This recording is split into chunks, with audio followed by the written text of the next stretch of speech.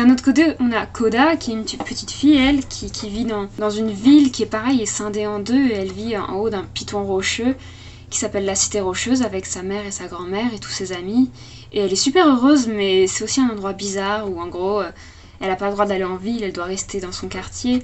Et quand elle aura 20 ans, elle devra choisir entre soit quitter la ville pour toujours, ne jamais revenir, ou alors rester sur ce piton rocheux toute sa vie, sans jamais pouvoir aller explorer le monde. Et elle comprend pas non plus pourquoi ce choix doit être fait. Alors évidemment, c'est expliqué dans le tome 2 d'ailleurs.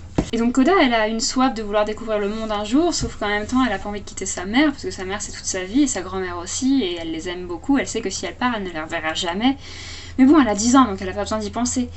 Jusqu'au jour où des pirates surgissent dans la ville et enlèvent quasiment tous les enfants de la Cité Rocheuse.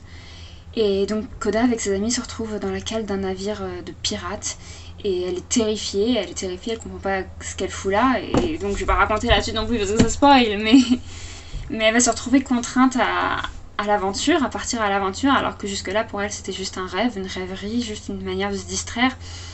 Et donc elle va un petit peu regretter d'avoir souhaité partir à l'aventure, parce qu'au final l'aventure c'est juste avoir peur et ne pas savoir où aller, ne pas savoir quoi faire, ne pas savoir comment rentrer chez elle. Et chaque jour l'éloigne un peu plus de sa famille, et chaque jour éloigne un peu plus de l'espoir de rentrer chez elle. Et souvent, ceux qui commencent à lire ma trilogie se demandent quand est-ce que Yud et Koda vont se rencontrer, et honnêtement, si je le dis, ça spoil quasiment toute la trilogie. Yud et Koda se rencontrent d'une manière plus ou moins indirecte, mais surtout l'intérêt, c'est leurs histoires parallèles, parce que leurs histoires sont chacune le reflet l'une de l'autre, mais de manière...